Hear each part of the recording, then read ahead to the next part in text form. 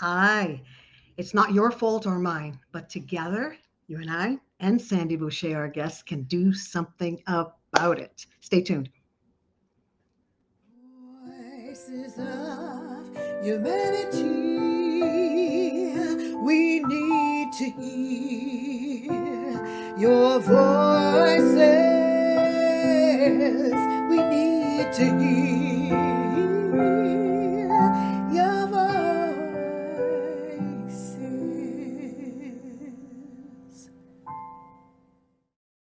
Hello, official welcome. Welcome to Voices of Humanity at prconnectionsradio.com, the voice of new media.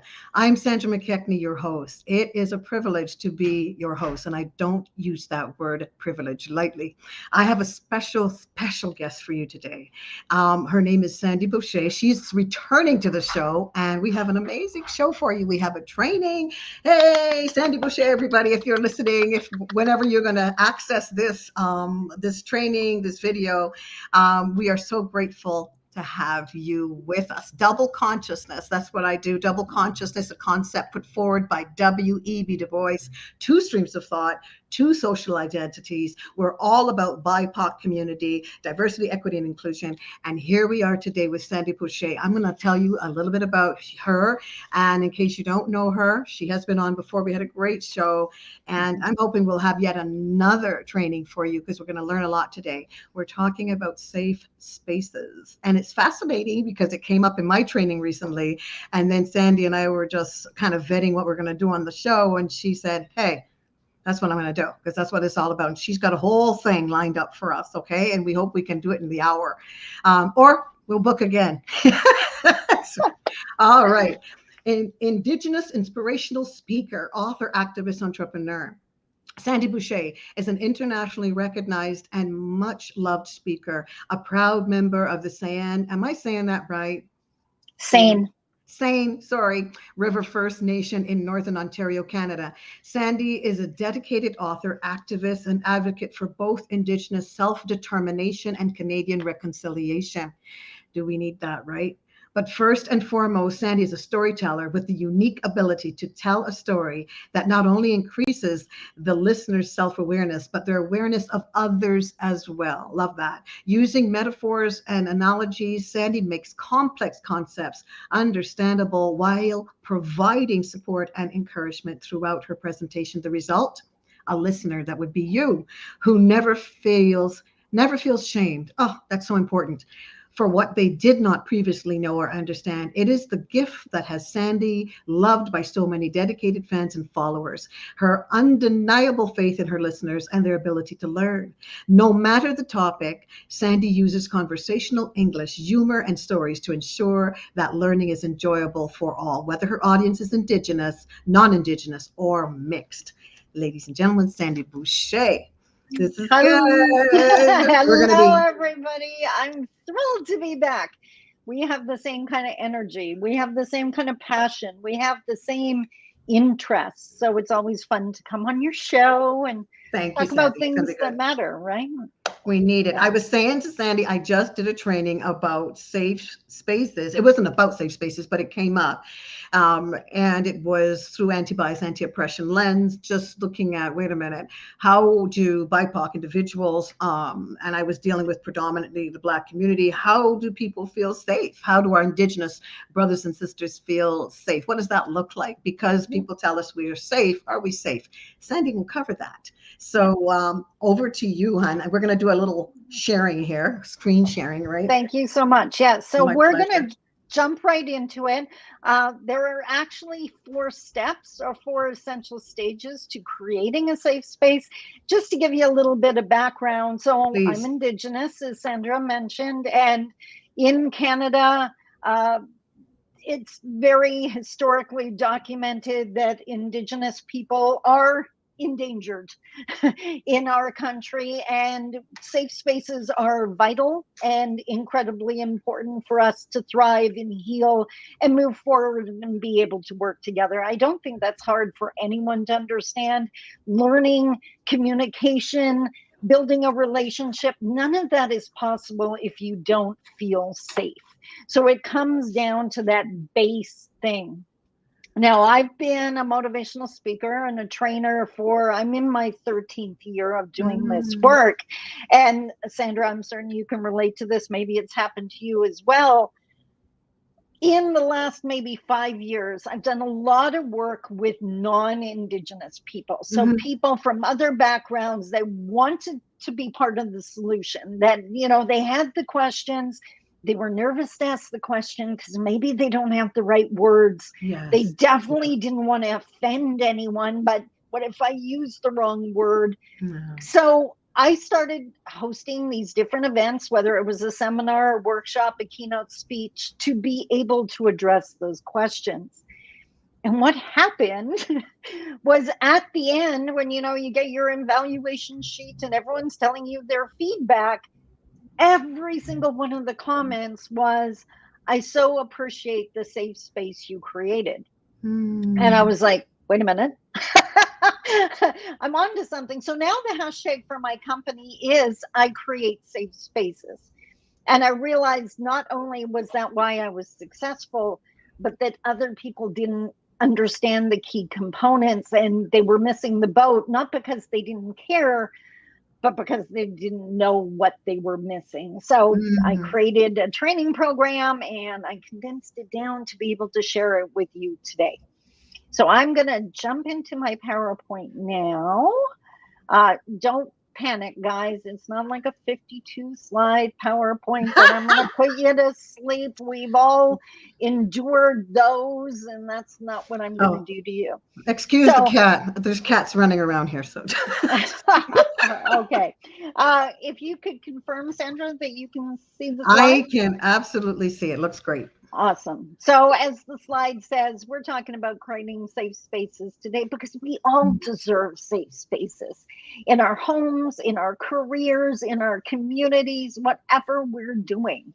Wouldn't it just be a beautiful world if that's the way we could always feel? And that's my intent, that's my goal.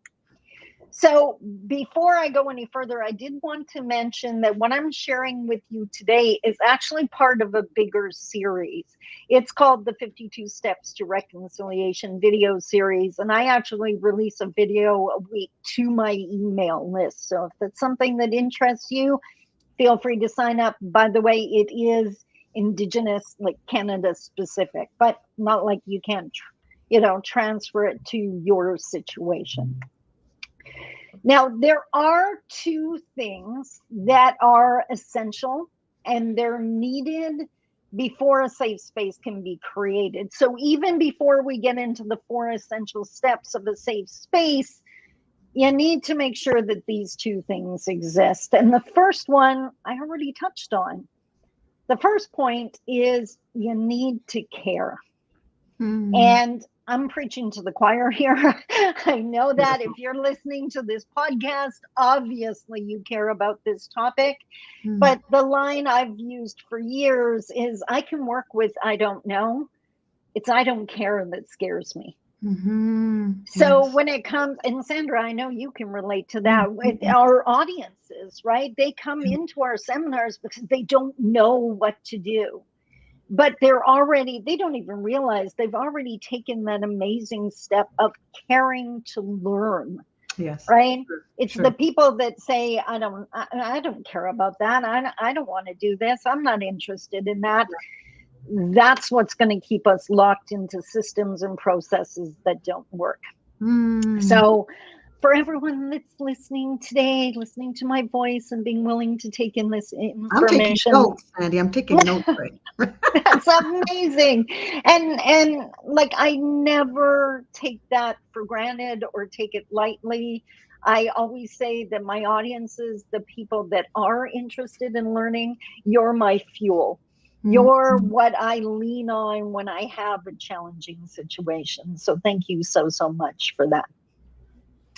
So that's the first thing. You're going to need to care. You got to care.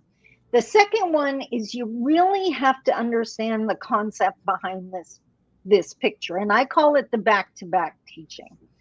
So whether you're talking about a national reconciliation or figuring something out with your partner or your teenager or even your toddler, if you, this image could come to mind, it would really super help you. So this is something my mom used to make me and my brother literally do in our living room when we were like around 16, 17, 18 years of age. She knew we were about to go out on our own. Maybe we were going to pick who's going to walk beside us. She wanted to make sure that we understood this teaching. So she would get me to lean up against my brother's back, and she would get me to look around the room, and she would point out that there's so much of the room I could see. But there was one section of the room that I had no idea what was there. And that happened to be the area in the room that was right in front of my brother, that he could Lovely. clearly see. Wow. And then she would get my brother to do the same thing and point out that he could see so much of the room, but the part he was oblivious to was obvious to me. What I'm trying to say is no matter who you're working with, even if physically on the outside they look like you, I guarantee you they can see things that you can't see, and you can see things that they can't see. Mm, So love it. if you remember that, if you never assume that just because something works for you, it's going to work for them, you're already on the safer ground.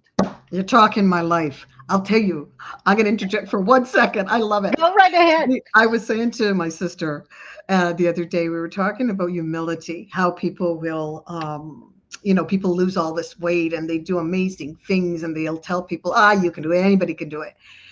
But they've been given certain things that cause them to have that strength, maybe in their lineage, maybe from their parents, maybe they went out jogging as a family. Some people weren't given that sort of strength, so that going forward it would be easy for them to maintain weight or maintain health.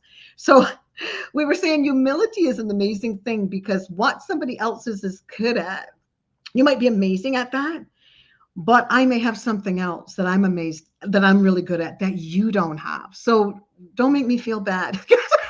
Yeah. Yeah. Right? Because I've got something else and you've got something else. I Yeah. love that.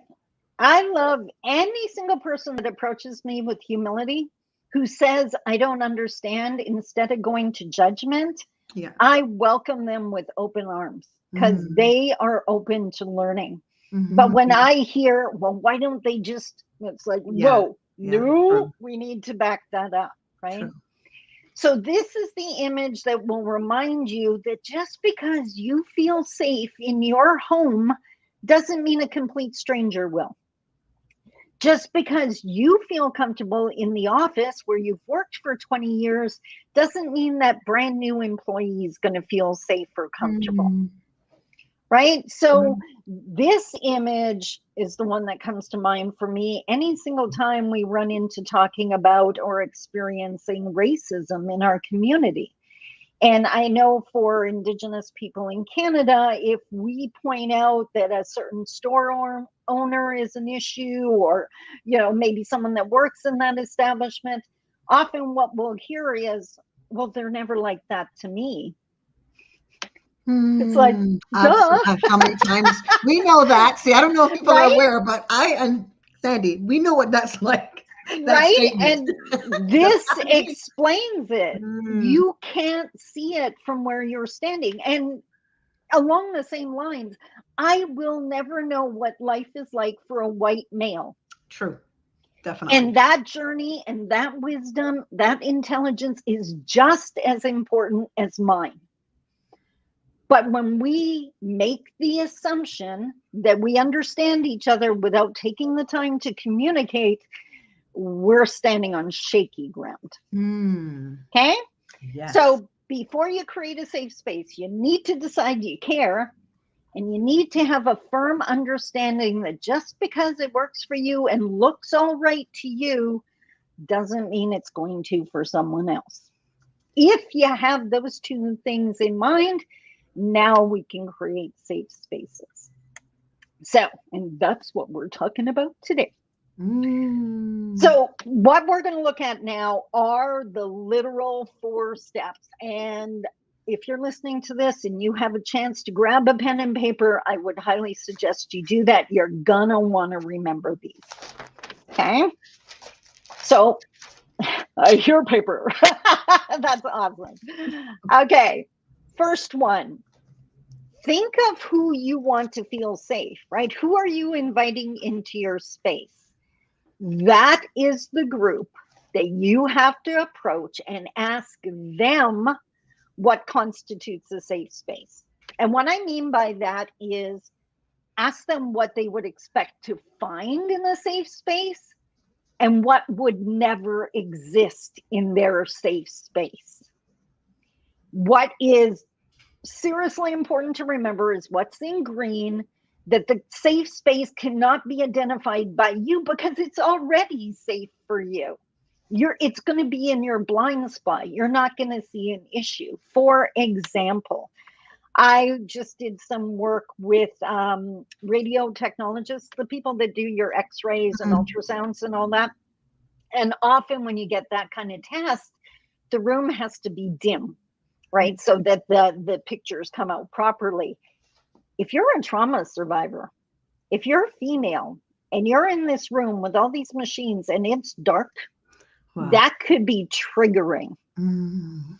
And that's what I explained to them, that of course those machines are and that dim light isn't scary to them. It's their safe space. But by just asking the group, and in that case, they don't govern the policies, but they could say something like, how are you feeling? Are you okay? I know it can be a little intimidating, but just, you okay? Okay. Showing that you care that someone feels safe is a huge bridge builder. Mm. So, out of curiosity, Sandra, I'm going to Mhm. throw a question at you. Mhm. If you were to define a safe space, first off, what would be in that space? What would you expect to find in a Hmm. safe space? What would I expect to find in a safe space? If I was online, I I know I'm going to say this because this is my idea because I've been through this. If I was meeting with a group of upper management, mostly whites, I would expect the atmosphere not to look starchy. Comfortable, right? I would expect some comfort. Okay.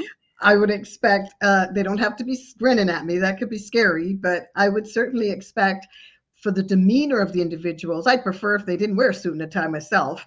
You know, just looking nice, but something casual a little bit. It's Okay. business, but I expect them to look a little chilled. Um, because it's scary when you come into those collectives or capsules and you're experiencing that look, that Totally. I that have images dominant and look. I have images in my mind. I know exactly what you're talking Yeah, about. it looks a little dominant, looks a little scary sometimes, to be honest. We don't say anything. You kind of make do with it, but I kind of would like the space to look, Okay. people to look a little chilled and a little inviting. Whether Okay. don't over smile, Yeah. but you know what I'm saying. And not that fake smile either. No, That's no, really terrifying, right? that we don't want. Okay. So, what definitely would never happen in the safe space? What definitely would never happen in a safe space. I would prefer in a safe space if what would not happen is when I come into the room, I would Mhm. really like to be greeted. I'm saying what I want to happen. I guess that's the way I'm Yep. saying it. I, I just definitely don't want people sort of telling me what it is. I want them. They're going to give me some guidelines about what's going to go on, but I just don't want people talking at me, right? Yep. And telling me, "Oh, turn on your camera, please," or say it was online, right? Yep. Do this, please, and put your things in the chat. And I just really would want that sort of. I don't want to use the word empathy because that's not a thing for me anyway. But just an understanding, a compassion, and a real care. You use that caring initially, like, "Hi, how are you doing?" Just greeting me like we were on equal ground. You Yep. know, we are same. I would like that. That would make me feel comfort. And would you mind? We just wanted to get to know blah blah blah blah. Would you mind putting that in the chat, or that kind of thing? That would make me feel humility. Yeah. Yeah. So arrogance, I wouldn't want in my space. Excellent. Excellent. Excellent. Now, two very key points I want to make. One, when you're asking that question of a group or a person, there is no wrong answer. What they need to feel safe is what they need to feel safe. Again, the picture of back to back, you do not need to understand why it's important. You just need to accept it's important. Okay. Right? So that's one. And two, you notice the hesitancy. Sandra was like, I don't know what to say, right? I know. I've never heard this before. That is because BIPOC people, we're used to desperately trying to find a safe space. We've never been asked how to create one. True. So don't be surprised if they're hesitant, because we're not used to being able to drive that bus. That's why I love the work I do, because I'm an Indigenous woman who creates safe spaces. For the record, anyone who knows my career or my life story, I'm a 10-year domestic abuse survivor. There was a large part of my life where I was desperately trying to find safe spaces. I don't find them anymore. I create them. Perfect. Right? Beautiful. So Beautiful. define the space and don't disregard anything you hear. And I thought I mean, seriously, Sandra, if someone cannot create the space you described, come on. That was pretty easy. Mine's a way tougher list. In my safe space, there would never be any microaggressions. You roll your eyes at me once, I am out of there, right? That, head tilt, rolling your eyes, no. If you're going to interrupt me and say, oh, we're running out of time, then don't bother inviting me into your space, right? Right. Yeah, that intimidation you talked about, comfort would be there, enough time for me to address whatever I'm invited there to do. Right. If I don't understand something, the freedom to ask, I don't understand that acronym. Can someone explain it to me? Right? Don't use the big academic word because you know what it means. I've never heard it before. Yes, absolutely. Okay. Perfect. So I love this stage only because I love brainstorming and getting the group together and sitting and coming up with two lists of what would you really want to feel safe and what definitely cannot exist there. Love it. So that's step one. There's 4. That's all right. You keep going, girl. Okay. Step 2. Now that you know what the safe space needs to have and what it can't have, you got to establish the rules of the space.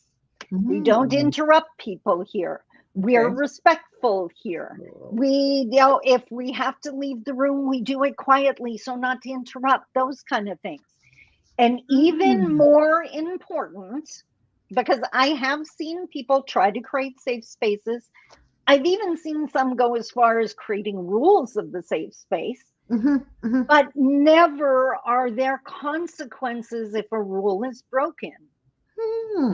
If I'm in that meeting room and you've told me this is a safe space and someone just whispered something under their breath about Indigenous people, and I called that out, what's going to happen to them?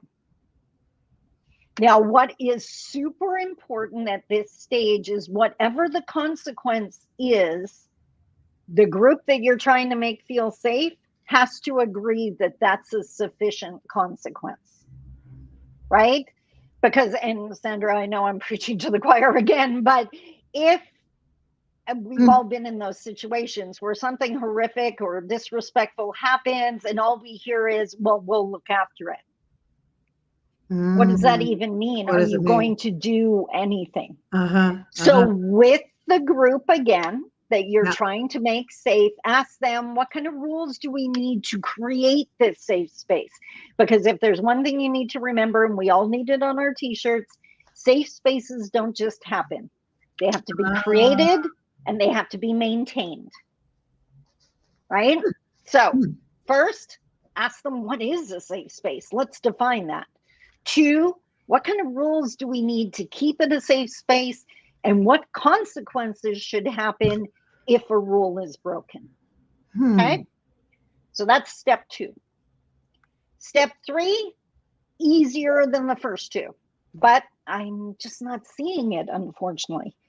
Step three is, oh, by the way, before I go into step three, I do want to explain one thing. And Sandra, you can tell me if this resonates with you. Okay. For Indigenous people, a lot of non-Indigenous people are surprised to hear that our interaction with you is often a one strike and you're out situation. Never mind three kicks at the cat. And it's because we were already so nervous coming into your space that if you do something once, we're ghosting you. We're out of there. And you, because we deal with microaggressions and all that stuff all day, I might have already fielded 20 other things before I got to your meeting. Absolutely. Absolutely. So, I was going to say, somebody came on. Well, I've had a few people come on my call and they'll say, "Oh, Sandra, the way you deliver this stuff, this anti-oppression, anti-bias, I love that." But others like me, they're just so angry. They come so angry. Okay, talk to us, Sandy. Talk to us. totally. And you know what? So, in the public speaker space, in that industry, there is a phenomenon called healing on the stage. Hmm. And to me, that's those angry people, or that's those people that, like, you can tell they're still in pain over their personal story. I am not judging them. There is 100 reasons why you should be angry and 100 reasons why you might still be healing, but you're not ready to be on a public stage yet. Mm-hmm, mm-hmm. I tell people all the time that I do the work I do because I had the privilege of the luxury of having the healing. That's why I say, ask me your questions, not some random next Indigenous person you run into, because they're not setting themselves up to answer your questions. They may not have done their healing yet. They might be incredibly angry, and anger often hides hurt. Yeah, yeah. So, But even knowing approach how you speakers. deal with those people that even come on one of the calls and somebody saying this person's angry, or a white person, excuse the bywords, comes on and they say, well, there's some anger around this. So I kind of look at that and say, well, let me take you on a journey. And sometimes it Yeah. takes a minute as to why that person, they might have indeed micro and macros. They might have been micro and macroed out, and Yeah. they're coming from you from that place, right? Yeah, and I might go at it a little bit differently. Like, obviously, I can get a lot of information. We only talked about it for 10 Sure. seconds. But when someone like that is in my space, in one of my safe spaces, Mm-hmm. I will shut them down because I'm defending the rule of the safe space. I Mm-hmm. understand you're upset, but you really cannot use that tone and language.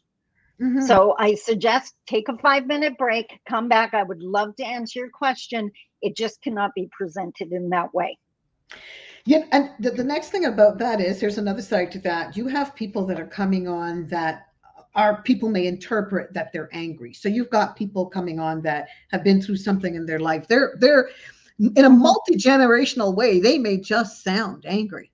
Yeah, yeah, Because it's come through their lineage and they might be okay. yeah, They got things still to deal with that they're working on, but your interpretation and your perspective of that is because they're not coming on with the fake smile, or they're not, how are you? They've not assimilated into their language to sound, to come into whiteness, if you know what I mean. yeah. You may Well, interpret them to be an angry Black person, an angry Indigenous person. And that might not be the case. Now, disarming them may be easier than you think, because I've yeah, had to do the same, having yeah, people that are just coming with a little bit of an edge. And they're just asking a question, maybe even, you yeah. know. There's a difference between directness and anger. Yeah. And so the teaching that I use, it's called walking softly.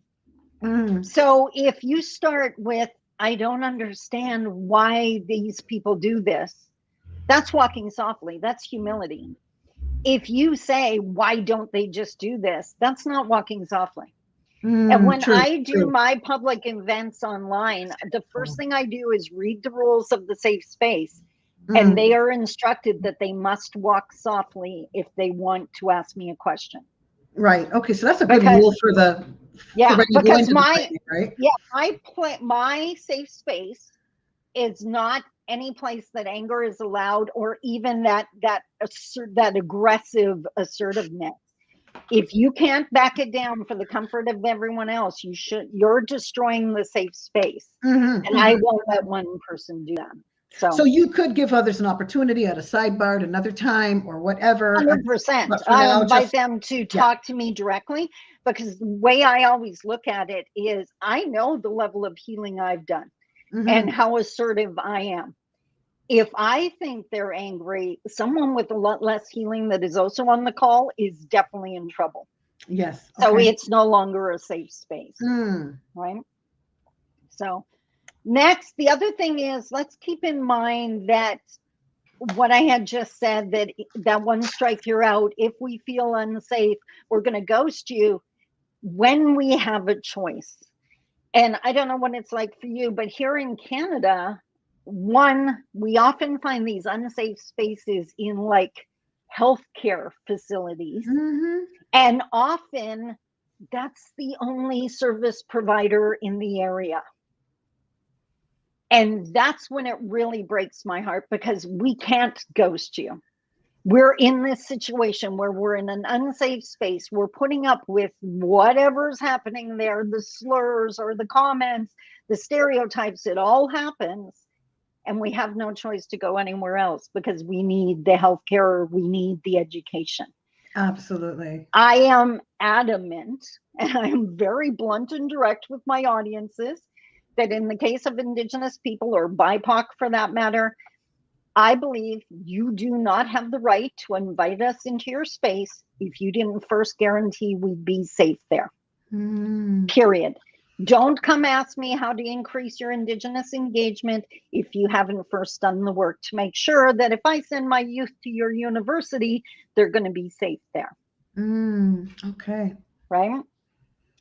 So, first step, we talked to the group, we found out what a safe space is. Second step, we define the rules and the consequences of those spaces or those rules. The third one is post the rules and the consequences. Mm. Whatever, like I said, when I do my virtual events, I read the rules beforehand. Sandra, I know before this podcast, you sent them to me. So, Mm-hmm. absolutely Mm-hmm. amazing. What you're trying to achieve at step 3 is the idea that no one should be surprised if they receive a consequence, because it should be common knowledge. Everyone should know that if you use that word, you're going to get booted out of this online group. I love that one.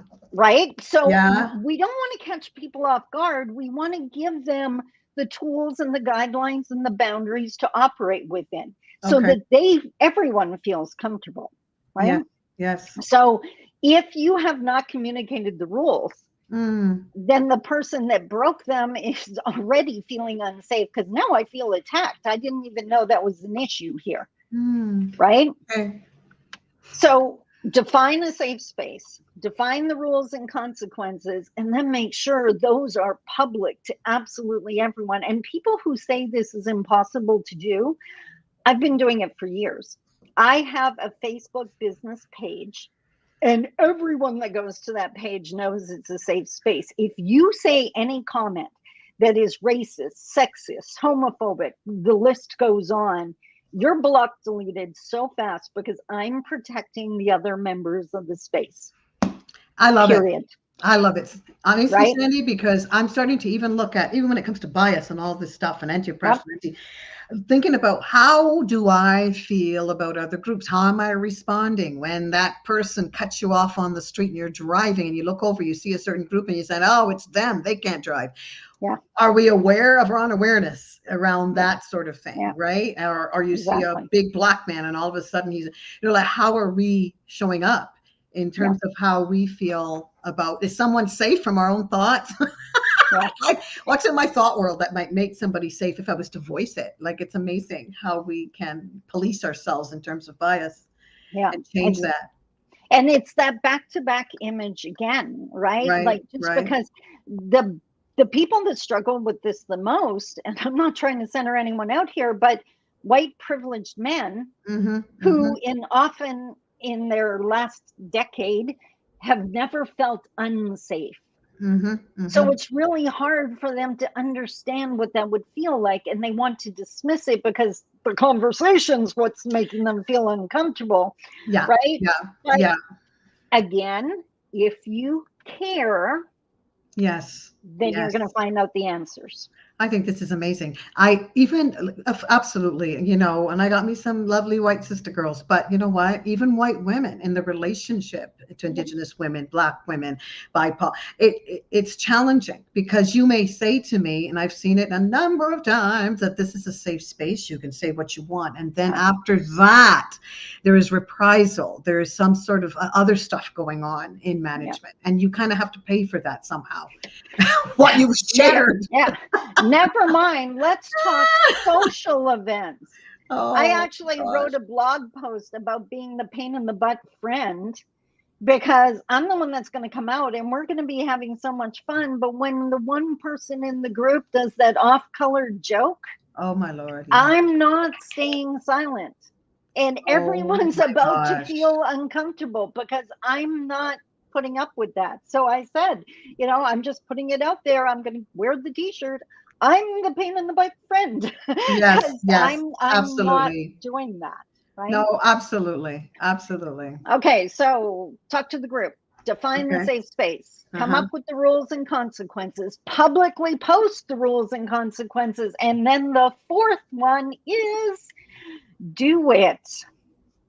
Enforce and defend the safe space. And Sandra, Ah, that's just what you just do said, it. that people proclaim it, they announce it, this is a safe space. But if they don't do anything when that person says something because they want to be understanding of the angry person, they just allowed the safe space to explode, Okay.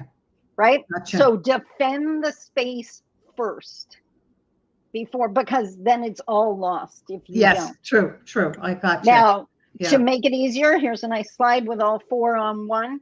So Nice. ask the group to define what is part of the safe space and what isn't. Create the rules and consequences. Publicly post them so everyone's aware, and enforce and defend the safe space. Now, one thing that I need to touch on that you may or may not have picked up from this list, Hmm.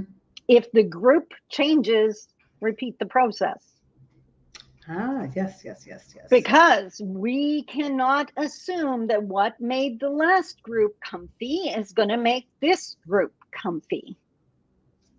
Absolutely. That happens all the time. I know this happens for you, Sandra, but I know here in Canada, Indigenous people get lumped all together. And if it works for one First Nation, it must work for them all. And it's Mm. like, you didn't even ask us. So that's not a safe space for us. Mm-hmm. It's assumed that we're going to trust people because they worked with someone else. And it's like, I've never even met you.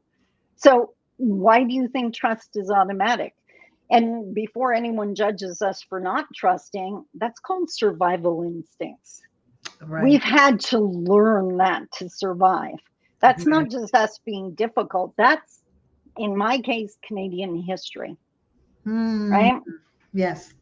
So here it is in a nutshell. If you do not have rules and clearly defined actions to defend your safe space, it isn't a safe space. Huh. Sandy, can that be used when, say, there's a person, of course, going into an office and they're meeting with their manager or the supervisor, upper management, all of that, and they wanted to even sort of humbly share this list with, just to say, I am really concerned Mhm. historically and informatively that I really need a safe space. Yep. Would you mind kind of maybe going over this a little bit before we meet? They could do that humbly. What Yeah. do you think? Like, how would that look? I think that is totally, totally awesome, right? We need to be asking ourselves, is your safe space safe?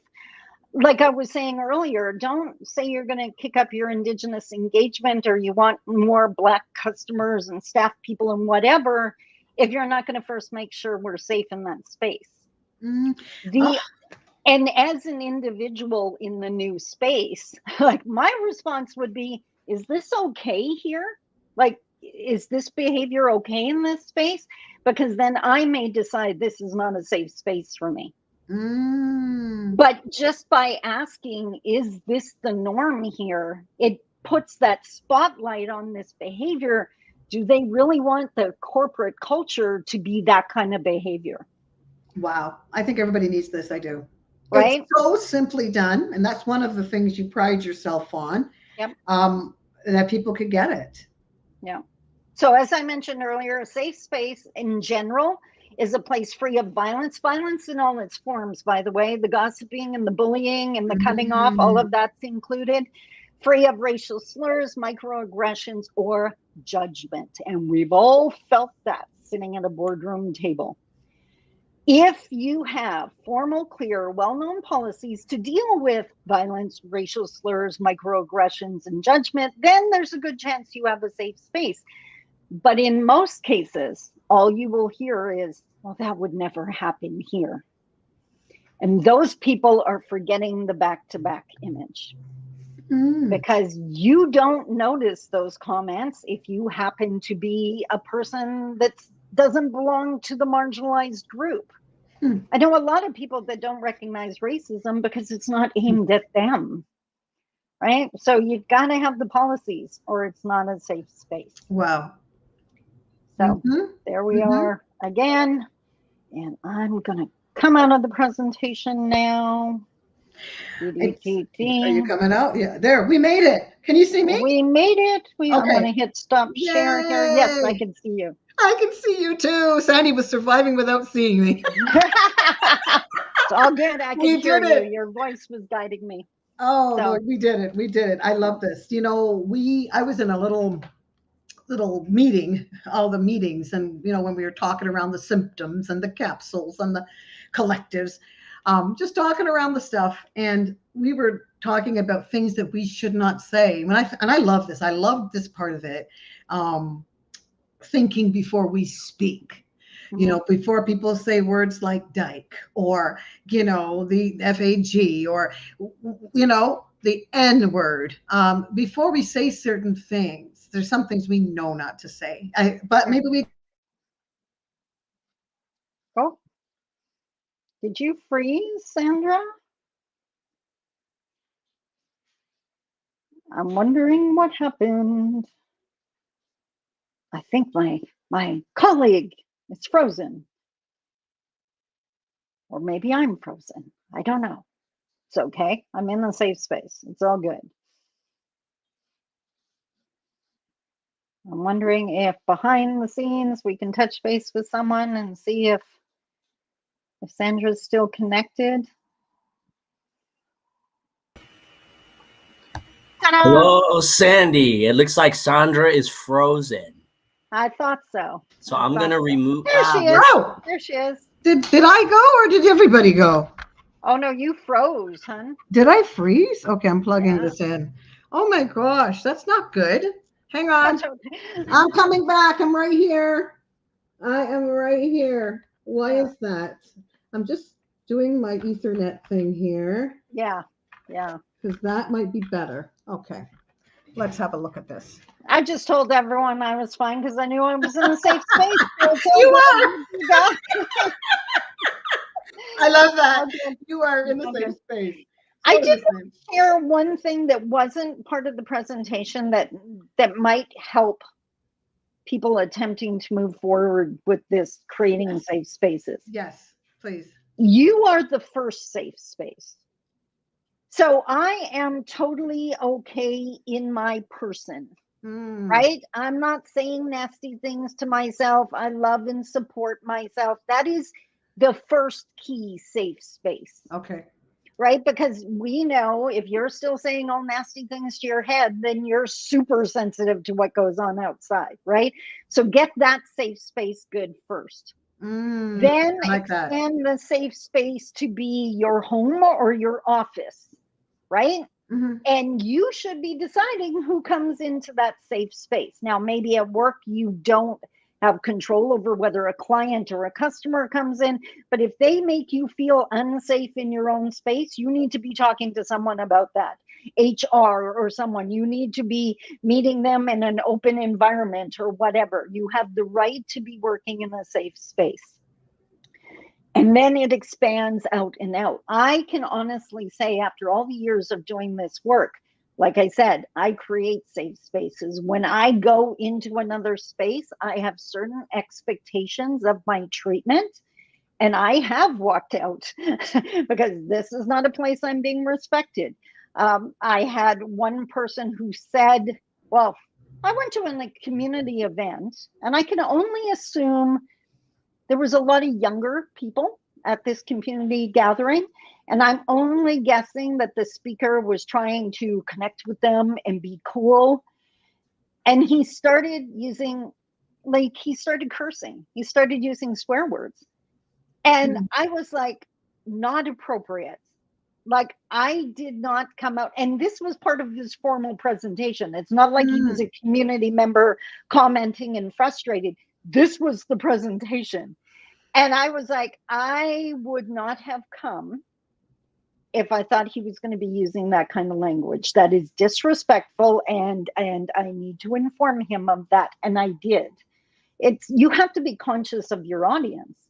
And I think that applies to all of us, right? I had a lovely lady, and I still think she's great. And I had met her, and then we met to sort of vet what the content of my interview. And she was cussing. So I said, you cuss. Just in case you're not aware. Just in case you didn't notice. It was some real cussing. So she said, I know. But then, what the beautiful thing was, Sandy, we had such a lovely conversation about it. And of course, when we did the actual interview, there was no cussing. But she explained to me her background and where that came through and how look at that cat. Everybody look. Oh, that's gorgeous. Black and white. I love it. Anyway, so she explained to me where that came from. It gave me a real understanding and compassion. And it also connected her to herself that, you know what, I've shared that.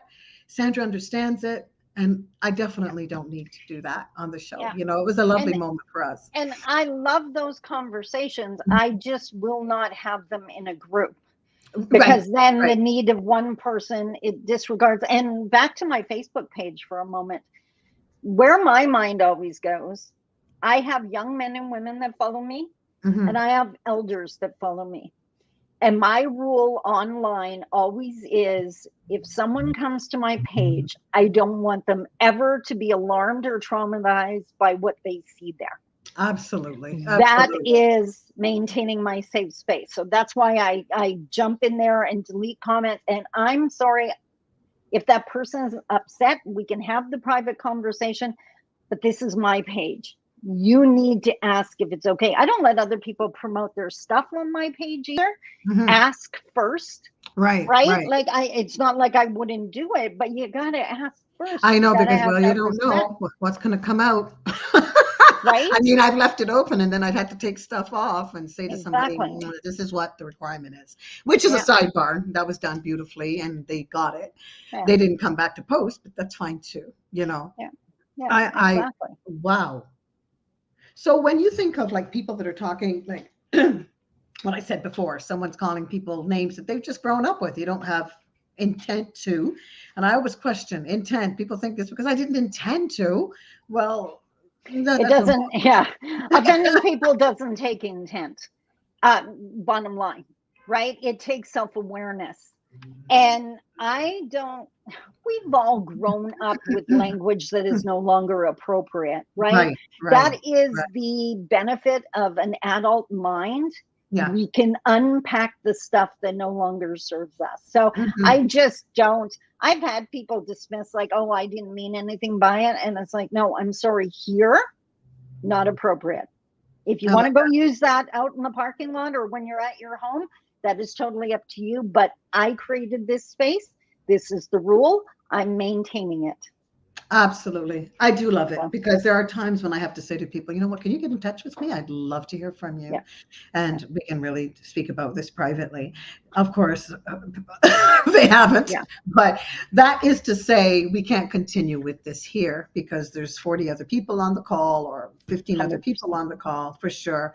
But this brings it home as to how important it is because I want to feel safe. I was, I think I've told you the story before. I was just supporting someone in an office in an area of social justice. So I'm sitting in the office because I'm there as a rep to represent this person, being on par with management when I enter that room. And the big honcho, I'm sorry. Oh, I'm not creating a safe space here. Sorry, guys. I'm trying. I'm being aware of my unawareness. So anyway, this gentleman happened to be white in an executive position, and he is literally dehumanizing this my sister girl, this black woman that's next to me. He is literally speaking in a way that is causing her to cower. And her shoulders are going in. She's losing inches in height, and physically, I can see this woman cower. I was so overwhelmed. I told you my armpits started to sting. I was experiencing trauma. You know why? Because I experienced the same thing when my mother died at the hospital. My sister and I were like, why are armpits stinking? This was the way we expressed this is our trauma. I was literally traumatized when I saw in front of me that this man could express his whiteness in this way. And I'm thinking, come on, we don't get to see that until really see that whiteness until we are seeing it, Sandi, in action, as I'm sure that you have time and time again. And here's a wonderful story for you, very short, very quick. This is years ago. Before I started my company, and I was working with a certain individual. We had to go to a meeting with the funder, the man with the money, right? And just before we went into the meeting, my colleague said, okay, Sandi, really need you to give a heads up. This guy loves shocking people. He is very much sexist. He's going to have an issue with you being in the room.